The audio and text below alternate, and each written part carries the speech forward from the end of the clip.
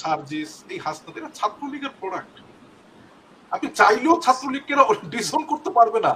ঠিক আছে, আপনাকে বুঝতে হবে কিছু হিউম্যান ক্যারেক্টারিস্টিক্স আছে ভাই। এটা তো আর কম্পিউটারে ডিলেট বাটন না, আপনি টিপ দিলেন হয়ে গেল। এটা না চাইলেও চলে আসবে। This is normal. তো দ্বিতীয় স্বাধীনতা বলে কিছু নাই, এটা একটা আবেগী শব্দ। আবেগটাকে আবেগ হিসাবে রাখা ভালো, অথবা আপনি কন্ট্রোল করতে পারেন। স্বাধীনতা হয়ে গেছে, এটা ওরা চেতনা ব্যবসা, এটা এত ফ্রিতে ব্যবসা, এই ব্যবসার কোনো পুঁজি লাগে না। এরা বেসিক্যালি যেটা হচ্ছে পিং পং বলটা দিছে, একবার এই সাইডে আসে একবার ওই সাইডে আসে। এরা যেখানে খানা ভালো পাবে সেখানে। আচ্ছা, গতকালকে হাসনাত আব্দুল্লাহ একটা ইফতার পার্টি করছে, আপনি দেখছেন ইফতার পার্টি? ওই 1 বছর আগেও তো সে এরকম একটা ইফতার পার্টি করতে পারেনি। এত লোকের পয়সা আসে কোথা থেকে? রাতারাতি দাদা জমিদার হয়ে গেছে একজনের। এটা খুবই দুঃখজনক নিজের দেশেই শাসিত হওয়া। তবে এরকম হয়েছে, যেমন আমাকে প্রথম যে দর্শক ছিলেন প্রশ্ন করছিল এরকম হয়েছে। চায়নাতে এই যে আপনার বর্তমান যে শাসক, তারা 10,000 ছাত্র মারছে নিজের দেশে। তো এরকম উদাহরণ আছে। আমি একটা উদাহরণই দিলাম, উনি বলছেন একটা উদাহরণ দেন। চায়নাতে যেটা হয়েছে 10,000 লোক নিজের লোককে নিজেরা মারছে, ঠিক আছে, সরকার মারছে। এবার আসে দ্বিতীয় ভাই, দ্বিতীয় স্বাধীনতা কেন বলা যাবে না? দেখেন, আমি কিন্তু আমার কথা শুরুতেই বলছি, দ্বিতীয় স্বাধীনতা আবেগী একটা টার্ম, মেটাফরিক্যাল টার্ম। এটা স্বাধীনতা একটাই হয়েছে, আপনি মেটাফরিক্যালি নিতে পারেন, সমস্যা নেই, ঠিক আছে, মেটাফরিক্যালি নিতে পারেন। এবার ওনার ভাষায় আমি উত্তরটা দিতে চাচ্ছি, এটা দ্বিতীয় স্বাধীনতা কেন বাস্তবিক। ওনার জমি দখল হয়েছে, দুঃখ লাগতেছে শুনে, একটা মানুষ কষ্ট পাচ্ছে, তার নিজের অর্জিত মানে নিজেদের পরিবারের জমি। আমি ওই জমিটা দিয়ে উদাহরণটা দিই, কেন দ্বিতীয় স্বাধীনতা না। মনে করেন আপনার একটা জমি আছে, আপনার বাবার, আপনার 4 ভাই, এই জমিটা প্রতিবেশী দখল করে আছে। তো দখল করে আছে দীর্ঘদিন পরে আপনি জমিটা প্রতিবেশীর কাছ থেকে আপনি ফেরত পাইছেন, এটা হচ্ছে আপনার জমিটা ফেরত পাইছেন, আসল জমিটা ফেরত পাইছেন, মালিকানাটা ফেরত পাইছেন, স্বাধীনতা ফেরত পাইছেন। এইবার আপনার 4 ভাইয়ের মধ্যে এক ভাই বদমাইশ, বাপ সহ 3 ভাইকে বাইর করে দিছে, ঠিক আছে, তারপরে কোর্টে যে অনেক কিছু করার পরে আপনি জমিটা আবার ফেরত পাইছেন, এটা স্বাধীনতা, এটা আপনার ইন্টারনাল পলিউশন। আগেরটা ছিল স্বাধীনতা, কেন আপনার প্রতিবেশী নিয়ে নিছে, আপনার 4 ভাই সহ আপনার বাবা, ওই জমিটাতেই কোনো হক ছিল না, দাঁড়াইতে পারতেন না, আপনি সেটা ফেরত পাইছেন। এইবার 4 ভাইয়ের মধ্যে আপনার একজন ভাই 3 ভাইকে সহ আপনার বাবা সহ সবাইকে বের করে দিচ্ছে, এইবার আপনি ব্যাটেল করে আবার ফেরত পাচ্ছেন, এটাকে স্বাধীনতা বলে না, এটা আপনার অধিকারটা ফিরে পেয়েছেন। তো আপনাকে বুঝতে হবে জিনিসগুলো। আপনি চাইছিলেন উত্তর, আমি আপনাকে উত্তর দিলাম। হাসিন ভাইয়ের কথায় আসি, কিসে নিয়ে তারেক রহমান। আমরা এই মুহূর্তে যখন কৃষি নিয়ে কথা বলতেছি, আমেরিকাতে তখন ইতিহাস তৈরি হচ্ছে, হাসিন ভাই হয়তো একটু পরে দেখবেন যে আপনারা জানেন যে পত্রিকায় এসেছে, হ্যাঁ, তারেক রহমানের একটা ভিশন যেটা ছিল কৃষি নিয়ে, একটি উদ্যোগ একটি চেষ্টা এনে দেবে স্বচ্ছতা। সেটা কি? আমাদের বাড়ির পাশে যে পরিত্যক্ত জায়গা আছে এবং ছাদে হোক কিংবা 1 বিঘা পুকুর হোক, এটা 2003-4 সালে উনি অলরেডি ম্যানুয়ালি করা শুরু করছে, পরবর্তী এক্সপোর্ট করতে পারলেন না, যেহেতু সঠিক হলো। তো এই ভিশনটাকে নিউ জার্সি গভর্নমেন্ট অ্যাপ্রুভ করছে আজ থেকে 2 বছর আগে। এই প্রজেক্টের সাথে আমরা সহ, এই প্রজেক্টের মূল কারিগর ছিলেন জনাব আশিক ইসলাম, উনি আমাদের ম্যাডাম খালেদা জিয়ার একসময় সিনিয়র প্রেস সচিব ছিলেন, হাওয়াপত্র ছিলেন। তারেক রহমানের সাথে তার রাজনীতি করার খুব অনেক অতীত ভালো ইতিহাস আছে। তো আজকে নিউ জার্সি গভর্নমেন্ট এটাকে অ্যাপ্রুভ করছে 2 বছর আগেই, প্রায় ফান্ডিং হয়েছে, অনেক কাজ হয়েছে, আজকে অফিসিয়ালি ওপেন হয়েছে। তারা তারেক রহমানের ভিশনটাকে নিছেন, তারা নিউ জার্সি, সাউথ নিউ জার্সিতে এটাকে ইমপ্লিমেন্ট করতে চান, যাতে পরিত্যক্ত জায়গাগুলোতে একটা টমেটো গাছটা যদি লাগান, তাহলে ওই একটা টমেটো আপনাকে কম কিনতে হবে। কিংবা আপনার উদ্দিত থাকলে, দেখেন আজকে আমরা ইন্টারন্যাশনালি চলে গেছি। আপনাকে একটু এই প্রসঙ্গে বেশি আর কথা বলাবো না। আজ থেকে 39 বছর আগে 1986 সালে, 1986 সালে এই আমাদের আর একটা সূর্য সন্তান ডক্টর মোহাম্মদ ইউনূস, তার এই মাইক্রো ক্রেডিটটাকে প্রথম পিক আপ করছিল ওই আরকানসাস অঙ্গরাজ্যের গভর্নর তৎকালীন বিল ক্লিন্টন। আজকে কোথায়? আজকে মাইক্রো ক্রেডিট কোথায়? আজকে ওই মাইক্রো ক্রেডিট দিয়ে পিস দিয়ে আজকে আমাদের ডক্টর ইউনূস শান্তিতে নোবেল প্রাইজ। আজকে তারেক রহমানের আপনি যে কৃষি নিয়ে কথা বললেন না, কোনো কৃষি নিয়ে হয় না, আসলে আপনি হয়তো ওইভাবে দেখেন নাই, ওই অ্যাঙ্গেলটা তো দেখেন নাই, একটু খোঁজ দিতে হবে। এবার আসে ট্রেনিং এর কথা।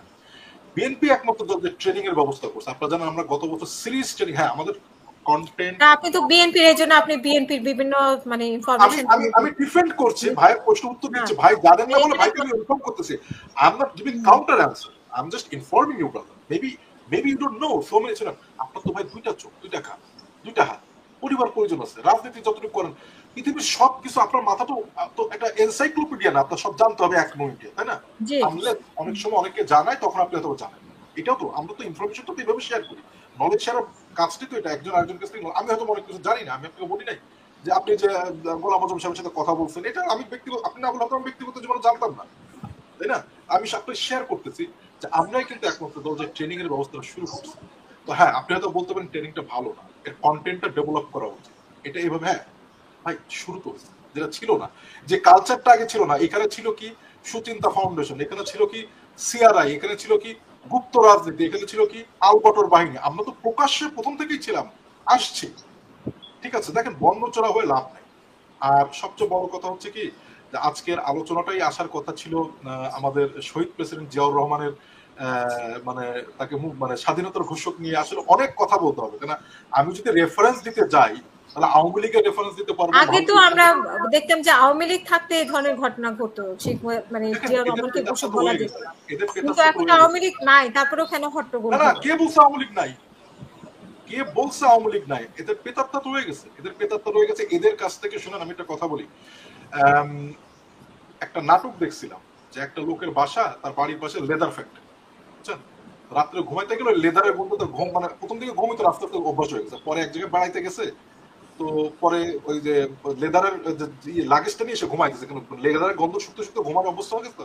এই সার্জিস, এই হাসনাত, এরা ছাত্রলীগের প্রোডাক্ট। আপনি চাইলেও ছাত্রলীগকে ডিসন করতে পারবে না। ঠিক আছে, আপনাকে বুঝতে হবে কিছু হিউম্যান ক্যারেক্টারিস্টিক্স আছে ভাই।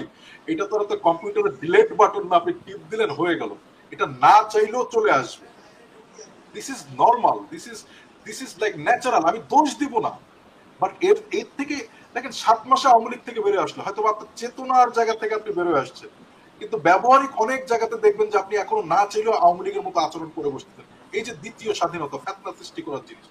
আর এই যারা করতেছে, যে পাবনার ঘটনা তো শুনেন, মুক্তিযোদ্ধাদেরকে আমরা সম্মান করি, একটা ছাত্রলীগ মিছিল করতে পারে, মার খায়, কিন্তু একটা মুক্তিযোদ্ধা যদি মিছিল করতে যায় আমরা কিন্তু তাকে মানে তার কলারটা ধরে রাখবো। আমরা সেই সন্তান, আমরা তো আগেও দেখছি দাড়িওয়ালা লোককে ধরে চড়াচ্ছে, যে একটা দাড়িওয়ালা লোককে আমরা দাড়িটার উপর যে সম্মান রাখি শিখি, ওই জামানাটা তো আমরা নাই। দেখা যাচ্ছে একটা মুক্তিযোদ্ধা যদি একটা কিছু কথা বলে, আওয়ামী লীগেরও মুক্তিযুদ্ধ হয়ে থাকে, তাহলে আমরা হয়তো সম্মানের সহিত তাদেরকে কিছু বলবো না। ওরা দেখতেছে যেহেতু তাদের অঙ্গ সংগঠন দিয়ে কিছু করতে পারতেছে না, তাই এইটাকে একটা চাল হিসাবে নিছে, বুঝছেন, কুট চাল হিসাবে নিছে। দেখেন তারা কি বললো, তারা কি বললো না, এটা এখন ইনসিগনিফিকেন্ট, তাৎপর্য বহন করে না। কিন্তু এই মুক্তিযোদ্ধারা এটা বলে খালাস, কিন্তু এটাকে সবচেয়ে ক্যাশ আউট করার চেষ্টা করতেছে কারা? যারা মুক্তিযোদ্ধা করে নাই, আর যারা সামনে রাজনৈতিক দল গঠন করার জন্য বিভিন্ন ইস্যু খুঁজতেছে। কারণ এদের দলের কোনো মোটো নাই, কোনো স্লোগান নাই, দুদিন পর পর নিজেরা ফাইট করতেছে ফেসবুকে। আর আরেকটা দল তো মনে করে মুক্তিযুদ্ধ উনি করে নাই। কিন্তু এরা তো বলতেছে যে যারা আওয়ামী লীগের সুবিধাভোগী ছিল, লুটেরা স্বাধীনতা চাচ্ছে, মানে তারাই দ্বিতীয় স্বাধীনতা পাবে না, লুটপাটের স্বাধীনতা চাই। যখন আপনার জনতার বন্যা বয়ে যাচ্ছে, জনতার সত্যের বন্যা বয়ে যাচ্ছে, আপনি যখন বন্যার মধ্যে পড়ে যাবেন, তখন আপনি একটা খুঁটি ধরে বাঁচার চেষ্টা করবেন, এটা তো ফার্স্ট। তারপরে পানি কমে গেলে আস্তে আস্তে কোথাও কিছু করবে।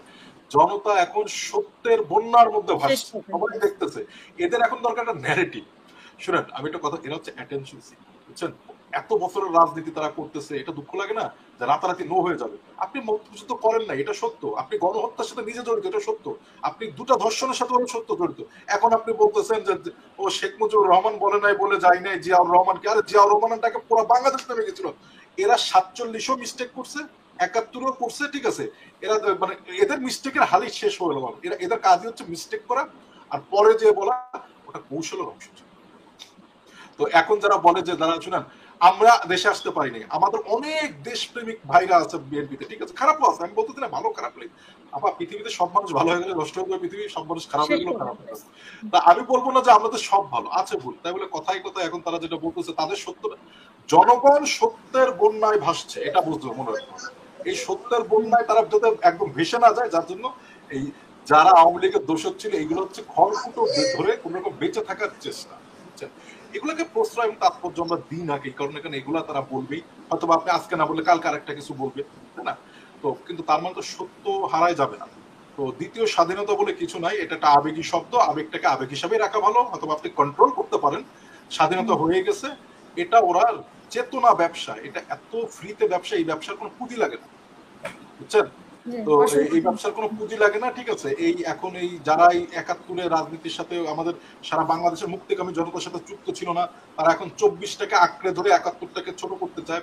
আবার যারা নতুন রাজনৈতিক দল হয়েছে তাদের দরকার একটা রাজনৈতিক স্লোগান, যাতে তাদের রাজনৈতিক পতাকা তলে জনগণকে একত্রিত করতে পারে, তখন তারা আর একটা চেতনা নিয়ে আসে দ্বিতীয় স্বাধীনতা।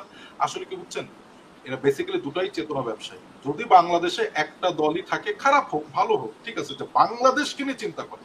আপনি হয়তো বলতে পারবেন যে আমাদের যেই জায়গাটাতে আমরা ছিলাম সেখান থেকে সরে আসছে কিন্তু বিচ্যুত হয়েছি, হ্যাঁ আমরা ফিরে যেতে পারি, আমরা চেষ্টা করতে পারি, কিন্তু বাংলাদেশের জাতীয়তাবাদের এবং বাংলাদেশের সার্বভৌমত্বের ব্যাপারে সত্য কথা বলতে বাংলাদেশ জাতীয়তাবাদী দল, এমনকি আমি বলবো এবি পার্টিও, ঠিক আছে, এরাও যতটুকু সিনসিয়ার, এই নতুন দল কিংবা ৭১-এর পরাজিত শক্তি এরা কোনো কালেই ছিল না। এরা বেসিক্যালি যেটা হচ্ছে পিং পং বল টেনিসের, একবার এই সাইডে আসে একবার ওই সাইডে আসে।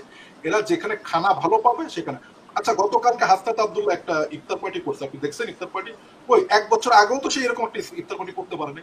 এত লোকের পয়সা আসে কোথা থেকে? রাতারাতি দাদা জমিদার হয়ে গেছে একজনের।